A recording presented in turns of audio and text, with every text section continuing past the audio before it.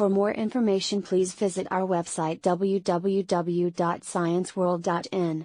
You can motivate us to do more by liking, sharing our Instagram and Facebook page. Also, don't forget to subscribe to our YouTube channel and press the bell icon to get notifications of new videos. Hello everyone, मेरा नाम तुषार भारद्वाज और ये आपका अपना favourite channel science world. आज की video में हम एक इक्वेशन को ड्राइव करने वाले हैं और वो भी ग्राफिकल मेथड के जरिए। देखिए ग्राफिकल मेथड क्या होता है। इसके लिए एक ग्राफ तैयार किया जाता है। ये वाई एक्सिस, ये एक्स एक्सिस, सर्टेन डिस्टेंस से, याद रखिएगा ऑरिजिन से स्टार्ट नहीं करना है, सर्टेन डिस्टेंस से आप स्टार्ट करेंगे इसको।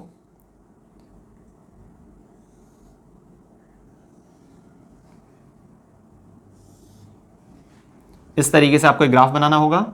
ये ओरिजिन पॉइंट है, ओ पॉइंट डाल देते हैं हम इसको। ये ए, बी, सी, डी, ई। ओ ई को टाइम पीरियड के जरिए दिखाएंगे। O A initial velocity,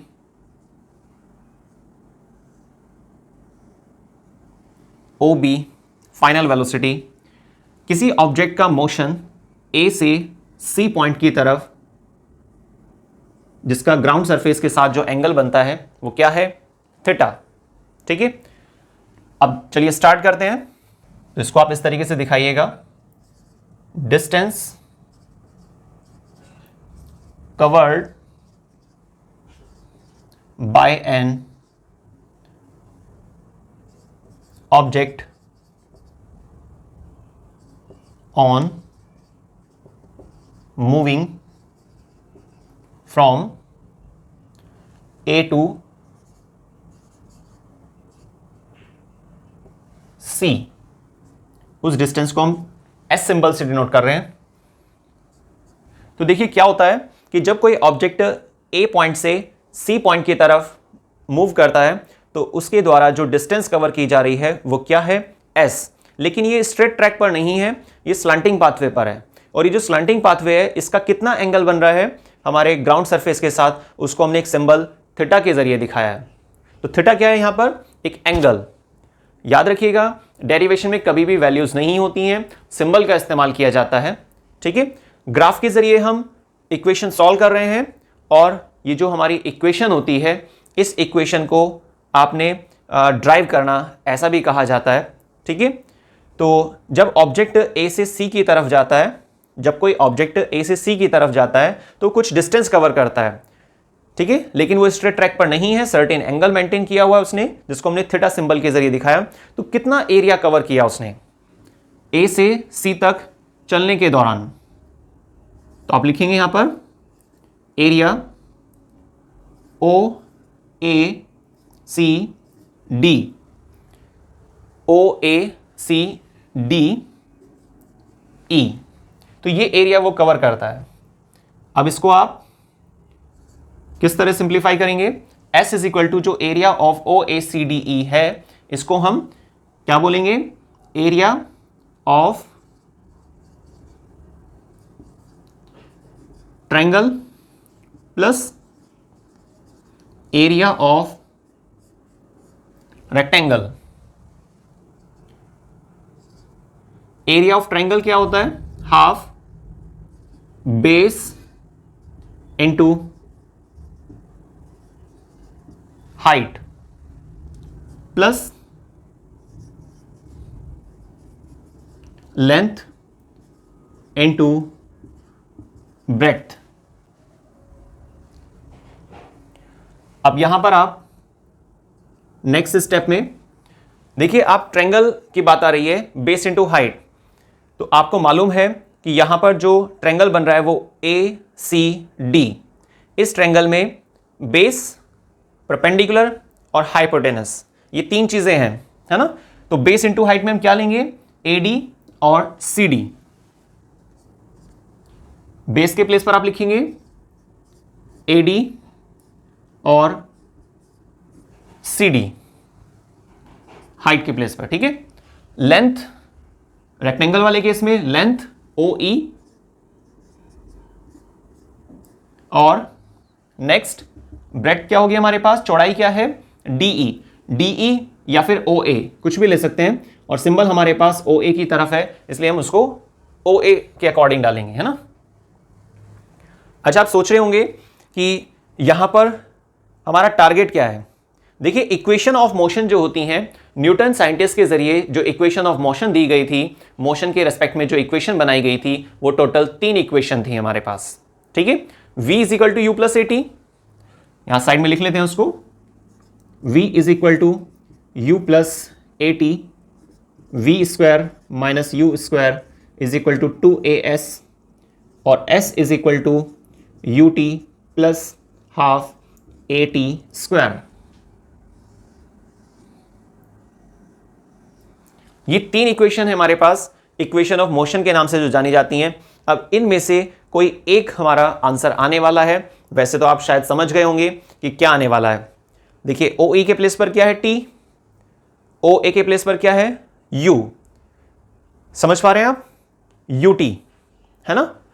equal में किया जा रहा है S, मींस हमारा जो टारगेट चल रहा है वो इस इक्वेशन का इशारा कर रहा है।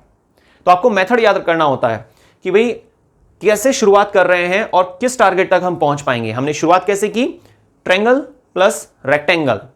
तो जब आप किसी ऑब्जेक्ट के मोशन को स्लांटिंग पाथवे पर दिखाते हैं, और उस स्लांटिंग पाथवे का मतलब क्या है कि ग्राउंड सरफेस से कुछ एंगल मेंटेन किया हुआ है, नियर बाय 30, 25 कुछ भी हो सकता है वो, पर वैल्यूज नहीं दिखानी होती हैं यहां पर, आप थीटा के जरिए रिप्रेजेंट करते हैं, ठीक है। तो ऐसे केसेस में, ऐसी स्थिति में ऑब्जेक्ट ने जो डिस्टेंस कवर की है, उसके डिस्टेंस कवर करने की वजह से जो एरिया कवर किया जा रहा है, उस एरिया कवर्ड वाले जोन को आप अलग अलग तरीके से टारगेट पर डिसाइड कर सकते हैं, ठीक है। वो किस तरीके से, अगर हम इस एरिया को ले रहे हैं ट्रायंगल प्लस रेक्टेंगल, तो हमारा आंसर कुछ और आएगा। अगर हम इसको लेते हैं एरिया ऑफ ट्रेपीजियम, आप समझ पा रहे होंगे ये जो शेप बन रही है वो क्या है, एरिया ऑफ ट्रेपीजियम, तो हमारा टारगेट फिर कुछ और आता है, ठीक है ना। तो आप याद रखिएगा, मैंने ट्रायंगल प्लस रेक्टेंगल इस तरीके से इसको स्टार्ट किया है ना। अब देखिए आगे हमें सिंबल्स पुट करने हैं। 1/2 AD की वैल्यू क्या हो सकती है, AD बराबर OE,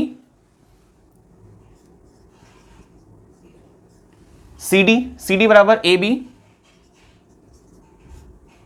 प्लस इनके वैल्यूज पुट कर देंगे T और U,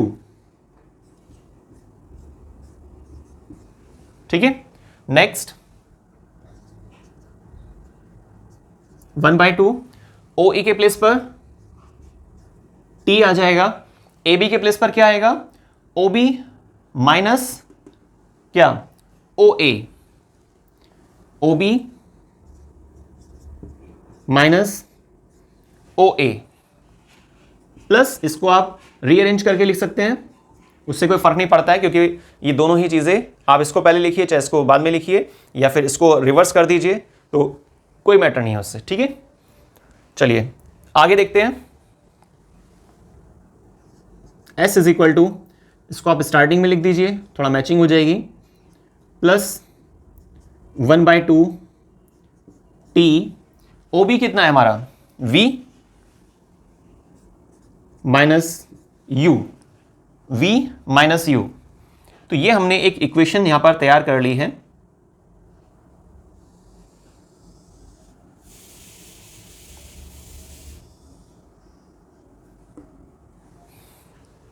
ठीक, इसको कुछ नंबर डाल दीजिए आप, इक्वेशन नंबर फर्स्ट। अब देखिए क्या है यहां पर कि आपने जो फर्स्ट इक्वेशन निकाली है उसके बाद आपको एक लाइन डालनी होती है, एज वी नो दैट, एक लाइन लिखेंगे हम,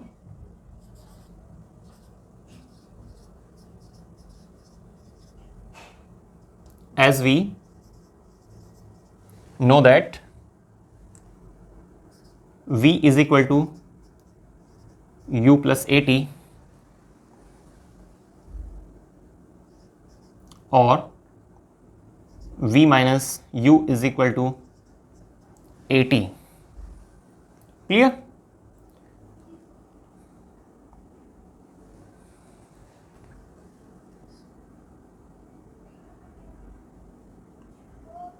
आगे लिखेंगे on using it in first equation. On using it in first equation, यहां पर कुछ चेंजेस होने वाले हैं, ध्यान से देखते रहिएगा. S is equal to ut plus half t और v माइनस यू के प्लेस पर क्या आ जाएगा? at. तो v माइनस यू के प्लेस पर at लिखेंगे.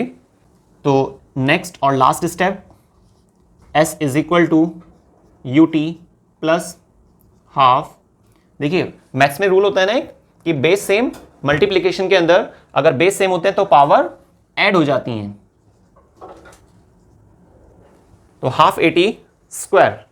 तो इस तरीके से हमारे पास एक ये फाइनल इक्वेशन तैयार हो जाती है. और वो क्या है equation? s is equal to ut plus half AT square. Clear?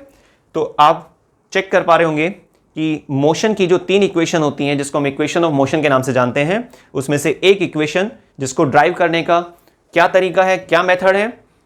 Area of OACDE, OACDE, इसको आप 2 फ्रैक्शन में ले लीजिएगा, ट्रायंगल प्लस रेक्टेंगल.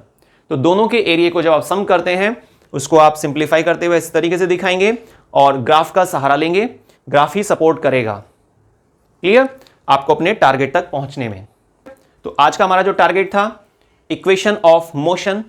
3 इक्वेशन होती हैं, 3 में से हमने एक इक्वेशन कंप्लीट कर ली है और वो क्या है? s is equal to ut plus half AT square.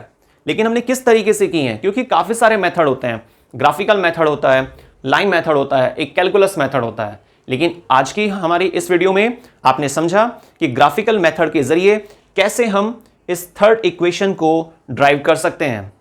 क्या तरीका है उसका? आपको देखिए पूरा डेरिवेशन लर्न नहीं करना होता है. आपको सिर्फ एक छोटी सी बात याद रखनी है कि अगर आप एरिया ऑफ OACDE इसको ट्रायंगल प्लस रेक्टेंगल के मेथड से सॉल्व करेंगे तो आप इस इक्वेशन को निकाल सकते हैं. क्लियर? तो धन्यवाद, आपने हमारी वीडियो को स्टार्टिंग से लास्ट तक देखा, उसके लिए बहुत बहुत धन्यवाद. और प्लीज याद रखिएगा, अगर आपने अब तक हमारे चैनल को सब्सक्राइब नहीं किया है तो प्लीज प्लीज प्लीज आप उसको सब्सक्राइब कीजिए, लाइक कीजिए, शेयर कीजिए, मैक्सिमम जितना हो सकता है आपसे. धन्यवाद.